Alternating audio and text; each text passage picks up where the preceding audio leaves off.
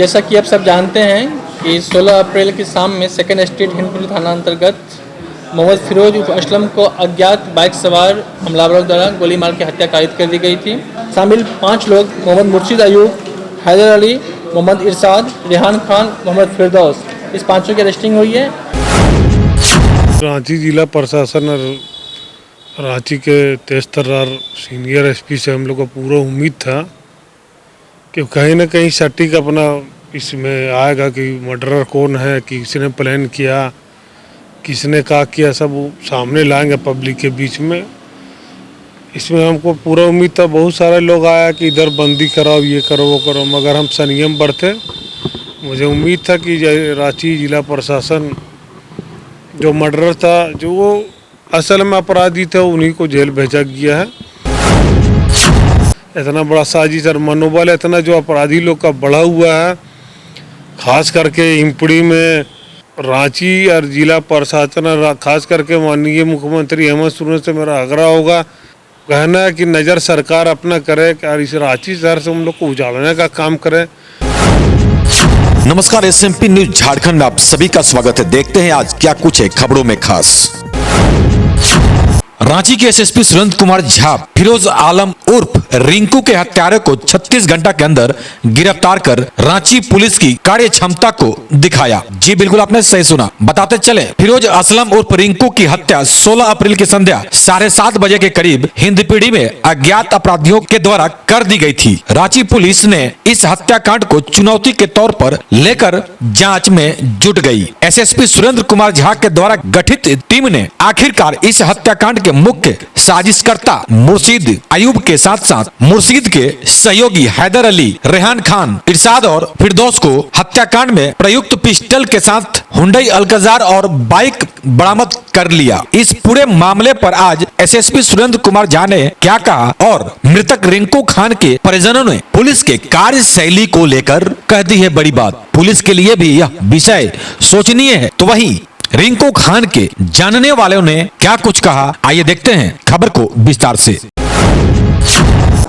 जैसा कि आप सबको ज्ञात है, दिनांक 16 अप्रैल के संध्या 7:30 बजे हिंदपीढ़ी थाना क्षेत्र के सेकेंड स्ट्रीट में शाम 7:15 बजे तकरीबन अज्ञात अपराधियों के द्वारा मोहम्मद फिरोज असलम उर्फ रिंकू की गोली मार के हत्या कर दी गई थी। और मामले की गंभीरता, क्राइम का तरीका, पैटर्न जो अपनाया गया था और इसमें जो था स्थिति की गंभीरता को देखते हुए ओवरऑल सिटी साहब के SP सिटी अंशुमन जी के ओवरऑल मॉनिटरिंग में DSP सिटी और DSP हेडक्वार्टर 1 और DSP साइबर यशोदा के नेतृत्व में एक SRT फ्रेम किया गया था, जिसमें थाना प्रभारी हिंदपीढ़ी थे, थाना प्रभारी एयरपोर्ट और सब इंस्पेक्टर होसन डांग, सब इंस्पेक्टर सुशील Oraon, sub inspector Ranjan Kumar Singh, sub inspector Radheshyam Ram, sub inspector Amarnath Soni, sub inspector Sandeep Kumar, sub inspector Ajay cyber cell, sub inspector Shashi Shekhar Pandey और जो हमारे QRT इन लोग मिला के टीम फ्रेम किया गया था। जैसे आप सबको जानकारी है कि घटना के बाद पुलिस के पास कुछ नहीं था सिवाय एक CCTV फुटेज का, और वो फुटेज था कि जो प्रथम दृष्टया फुटेज मिला उसमें कुछ क्लियर नहीं था। तो उसके उपरांत पुलिस ने एग्जिट अप्रोच पे जितने CCTV कैमरा लगा था सबका पुलिस ने एक तरह से मॉनिटरिंग और उसका सर्विलांस शुरू किया। उसका जब हम लोग ने स्कैनिंग करना शुरू किया, एनालिसिस शुरू किया, साथ ही सेम टाइम में ह्यूमन इनपुट के माध्यम से कि मोहम्मद फिरोज का क्या बैकग्राउंड था, क्या काम करते थे, इनका जो था दुश्मनी किन किन लोगों के साथ था, क्या क्या बातें हुई। तो बहुत सारी बातें शुरू में उठी। कुछ लोग इसको अपना एक डिफरेंट टाइप का पर्सपेक्टिव दे रहे थे, कुछ लोग कुछ क्रिमिनल कंस्पिरेसी जो पास्ट में हुआ था उसके माध्यम जोड़ रहे थे, कुछ लोग इसको एक रियल एस्टेट कारोबारी के साथ जोड़ रहे थे। पुलिस की अनुसंधान जब आगे बढ़ी तो पाया गया कि रिंकू का लड़ाई मोहम्मद मुर्शीद अयूब, जो कि प्रोफेशनली एक रियल एस्टेट कारोबारी हैं और ज़मीन संबंधित खरीद फरोख्त में शामिल रहे हैं। इस पे और भी तमाम तरह के जो हैं इशू हम लोगों के पास आए हैं, जिसमें कि हम लोग के इन्वेस्टिगेशन पार्ट रहेगा। कुछ गलत लोगों को परसाई देना हो या कुछ इलीगल काम करवाना हो, उसमें इनका भी नाम अभी आया है, बट अभी तक हमको ऐसा कोई साक्ष्य नहीं मिला है। इस कारण के बारे में पता चला कि मुर्शिद और रिंकू का एक पार्टिकुलर अमाउंट को लेकर लड़ाई चल रही थी और वो पैसा की वापसी को लेके जो है रिंकू इसे पैसा बना रहा था। घटना के दिन इन्होंने एक प्लान किया, प्लान के माध्यम से उसको अपने बात हुई कि ठीक है, उन्होंने कॉल किया पैसा कब दोगे, तो मेरे घर पे पहुंचो। घर पे बुलाया और घर पे बुला के इनके पास पहले से ही प्रोफेशनल शूटर्स थे, क्रिमिनल्स थे और साथ ही इनके जो निकट करीबी लोग थे उन्होंने किसी ने अपना हथियार प्रोवाइड कराया, किसी ने बाइक प्रोवाइड कराया, किसी ने इन्फॉर्मेशन दिया। इसके द्वारा इन लोगों के द्वारा घटना को अंजाम दिया गया। घटना में शामिल 5 लोगों की अरेस्टिंग, जिसमें मोहम्मद मुर्शिद आयूब जो मुख्य कंस्पायरेटर है और पूरा प्लानिंग सेटिंग पैसा उसी का था, मुख्य करता वही है। साथ हैदर अली, मोहम्मद इरशाद, रेहान खान और मोहम्मद फिरदौस, इसकी अरेस्टिंग हुई है। पुलिस को अभी एक व्यक्ति की और तलाश है जिसका नाम अभी इस मंच से बोलना उचित नहीं होगा। इन लोगों की अरेस्टिंग के उपरांत हथियार में जो कांड में जो हथियार इस्तेमाल किए गए थे वो आपके समक्ष प्रस्तुत है, हथियार की रिकवर की गई है। साथ ही जो पल्सर बाइक का इस्तेमाल आपने फुटेज में देखा होगा उसकी भी रिकवरी की गई है और मोबाइल भी 8 मिले हैं। साथ ही जो हथियार को छिपाने में और लोगों भगाने में जो अलकाजार कार का इस्तेमाल हुआ था उसकी रिकवरी की गई है। तो पुलिस ने जो सीसीटीवी फुटेज का जो एविडेंस था उसके आधार पे हथियार की रिकवरी, टावर एनालिसिस, पूरे के पूरे मतलब साक्ष्यों के साथ इस केस को उद्भेदन कर दिया है। अब इस केस को हम लोग चाहेंगे कि एसपी ट्रायल के माध्यम से इस एक सनसनीखेज जो घटना को अंजाम दिया गया था तो इसका जो रिजल्ट हो एविडेंस बेस्ड हो और एसपी ट्रायल के माध्यम से ये जो खौफनाक क्रिमिनल हैं इसको जितनी कठोर से कठोर सजा जा सके और हम लोग का लक्ष्य अगला होगा कि हम उसको कन्विक्शन करा पाएँ। मुर्शिद आयूब की अरेस्टिंग मैंने कहा आपको कि अपने आप को पीओ से शिफ्ट करके अपने घर शिफ्ट करके किसी थर्ड प्लेस पे लोकेशन के हिसाब से शिफ्टिंग की कोशिश कर रहा था ताकि खुद निकल सके, उसके जो सपोर्टर निकल सके। मीनवाइल पुलिस के ट्रैकिंग सर्विलांस जारी था, हम लोगों ने ट्रैक करते करते फाइनली इसको अरेस्ट कर लिया।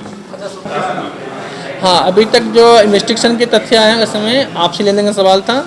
I am not sure but जो बातें आ रही हैं कि 45 लाख रुपए के लेन देन की बात कहीं ना कहीं थी जो मुर्शिद को रिंकू को देना था और मुर्शिद देने से मना कर रहा था, उसी के दोनों बीच टसन चल रहा था। अभी जो है मुर्शिद और इसके अन्य साथी क्राइम के उपरांत अपना लोकेशन छोड़ के रांची से अन्यत्र भागने की फिराक में थे, जिसमें किसी ने मतलब कहीं हथियार छिपाया, किसी ने बाइक छिपाया, कहीं कहीं तो विभिन्न जगहों से इन लोगों की अरेस्टिंग की गई है। अभी 5 लोगों की अरेस्टिंग हुई है। घटना में शामिल एक अन्य व्यक्ति की अभी अरेस्टिंग प्रयास किया जा रहा है, तो हम उम्मीद करते हैं बहुत जल्दी उसकी भी अरेस्टिंग हो जाएगी। चूँकि अनुसंधान अभी चल रहे हैं, हमारा जो रीडिंग टीम है अभी उसके पीछे पड़ा हुआ है। ऑफ कोर्स चूँकि लोकल क्रिमिनल्स थे, लोकल लोग थे इसमें, तो लेट्स होप कि बहुत जल्दी पता चल जाएगा कहाँ का था वो। Thank you. संवेदनशील मामले के उद्भेदन को लेके जो इसमें हमारे सब इंस्पेक्टर्स जो ऑफिसर्स लगे थे, इन लोगों को हम लोग पुलिस मुख्यालय के स्तर से पुरस्कृत करवाने हेतु उचित प्रस्ताव मुख्यालय के पास भेजेंगे ताकि जो हमारे ऑफिसर्स हैं इसका हौसला बढ़ा जा सके। मैं चाहूँगा कि जितना अच्छा से काम ये लोग पास्ट में करते आए हैं आगे भी ऐसे ही करते रहें। हमारी शुभकामनाएं अपनी टीम के साथ हैं। मुसलमानों लोग में एक अच्छा फैमिली में हम लोग गिनती आते हैं। 1986 से लेकर के अभी तक हम लोग का फैमिली का लोग पार्षद है। 10 साल हम रहे, इससे पहले मेरा जुबेर भाई चचा उद रहे पार्षद, और अभी शबाना खान है पार्षद। तो कहीं ना कहीं लोग हम लोग को पसंद करता है, लोकप्रिय है, इसीलिए पसंद करता है। और इस तरह का घटना जब हम लोग के साथ हो जा रहा तो आम पब्लिक का क्या हाल होगा। देखिए जनता तो आक्रोश में थी, चूँकि अब हम लोग के बीच में एक लोकप्रिय नेता बोलिए, समाज सेवी बोलिए, कहे कुछ ही क्षण के लिए 4 साल के लिए ही क्यों नहीं आया पब्लिक के बीच में, बहुत सारा काम की एक्टिविटी भी रहा उनका, हर के दुख सुख में आते जाते रहा। लोग तो गुस्सा में थे ही, मगर कहीं ना कहीं हम लोग का परिवार संयम से काम लिया। अब पूरा उम्मीद है न्यायालय से कि दोषी को सजा मिलेगा, पूरा उम्मीद है। घर से क्या बोल के गए थे? और फ़ोन मुर्शिद जो है उसको फ़ोन किया था, उसका पैसा बाकी था कि पैसा आके ले जाइए। तो ये घर से निकल गया, हालांकि इसका तबीयत भी ठीक नहीं था, वो थोड़ा सा सांस का भी प्रॉब्लम था, डायबिटीज़ का पेशेंट था, फिर भी वो चल गया। मगर 2.5 घंटा वहाँ बैठाने के बाद इस तरह का हरकत किया, ये कहीं ना कहीं निंदनीय है। हम लोग पूरा दुखी है, पूरा इलाका का लोग दुखी है। लोगों का यहाँ तांता लगा हुआ है, सब फिर भी उसका कमी हम लोग पूरा नहीं कर सकते हैं। देखिए नशेड़ी था, ये जो व्यक्ति था नशेड़ी था। इसका जो एक मेट्रो यहाँ पे इसका होटल है आपका मेन रोड में जुमन प्लाजा का बगल में, वहाँ ऊपर में 2-3 रूम ही खाली रखे हुआ, वहाँ पूरा नशेड़ी लोग का अड्डा बना कर रखा हुआ है। और अपने घर पर भी नशेड़ी लोग का अड्डा, ड्रग्स बेचता है, ये है ब्राउन शुगर का कारोबार करता है, सारा तरह का बुराई इसमें, खुद ड्रग्स लेता है। तो इससे का हम लोग उम्मीद रखेंगे? हम लोग कहीं ना कहीं इस तरह के लोग से व्यापार भी करने का नहीं है। अब जनता से क्या अपील करना चाहेंगे अभी हत्याकांड का खुलासा होने के बाद? हत्याकांड का खुलासा होने के बाद जनता से मेरा अपील है कि संयम बरते, और न्यायालय से हम लोग को पूरा उम्मीद है, रांची जिला प्रशासन से उम्मीद है कि दोषी को जरूर सजा मिलेगा। नुकसान की भरपाई तो उनका परिवार भी नहीं कर पाएगा और ना उनके रिश्तेदार कर पाएंगे, क्योंकि जो हयात में रहते तो भरपाई होती, गैर हाजिरी में इंतकाल के बाद कहाँ किसकी भरपाई हो पाएगी, असंभव है। ये दरअसल जो चीज़ अभी घटना हुई 16 तारीख को, वो समाज को विचलित करने वाली हुई। 2-3 कारण हुआ।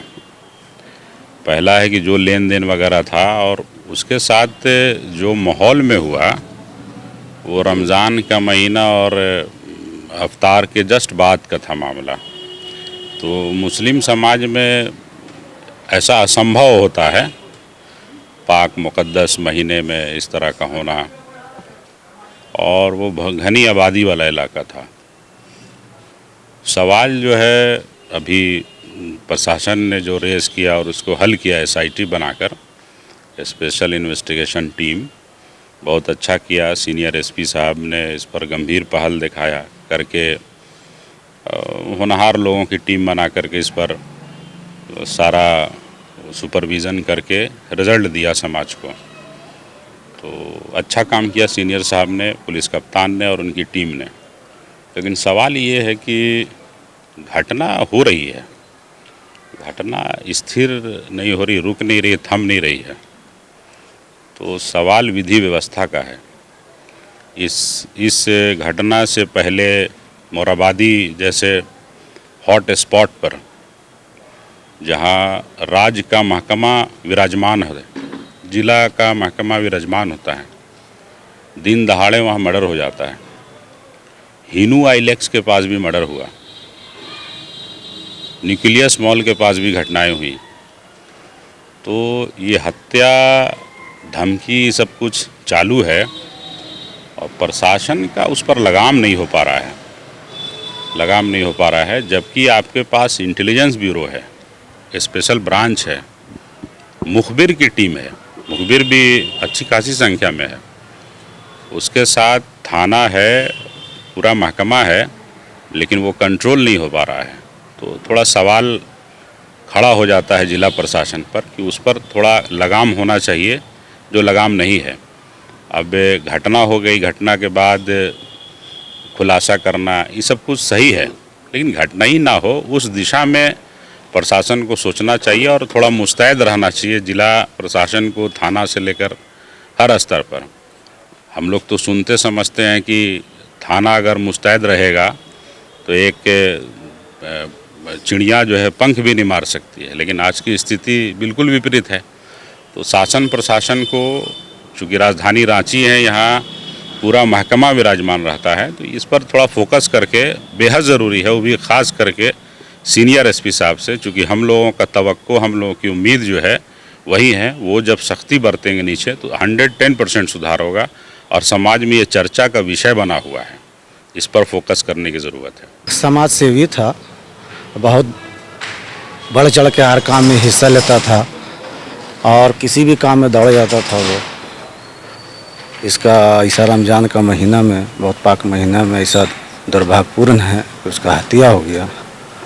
ये बहुत किसी भी आदमी को समझ से बाहर हो रहा है। कितना बड़ा नुकसान हुआ है जनता को, उनके वार्ड का, समाज में? जनता को तो नुकसान पूरा है। 4 साल का कार्यकाल में वो तो अच्छा काम कर रहा था। करीब करीब हर आदमी उसकी मैयत में जितना भीड़ है, उस भीड़ को देख के आप अंदाज़ा लगा सकते हैं कि कितना लोग उनको चाहते थे। बहुत बड़ा नुकसान है, बहुत क्षति है। बिल्कुल ये डर हट गया है। ये सब प्रशासन को चाहिए कि ये आम आदमी भी अपना असुरक्षित महसूस कर रहा है कि हम कैसे रहें। मतलब एक समाज सेवी भी था, वो दबंग टाइप का भी था, जब उसके साथ ऐसा मामलात हो जाता है तो आम आदमी क्या करेगा। इसके लिए प्रशासन को चाहिए कि कदम कड़ी से कड़ी उठाए और ऐसा दोबारा मौका ना हो इस रांची शहर में, राजधानी में। तो आज की खबर में बस इतना ही। बने रहे SMP न्यूज के साथ, अपना ख्याल रखें, क्योंकि आपसे हम, आप है हमारी ताकत। लेटेस्ट अपडेट के लिए हमारे फेसबुक पेज को फॉलो और लाइक जरूर करें, तो वहीं विस्तृत खबरों के लिए हमारे YouTube चैनल को सब्सक्राइब जरूर करें। आप सभी का बहुत बहुत धन्यवाद।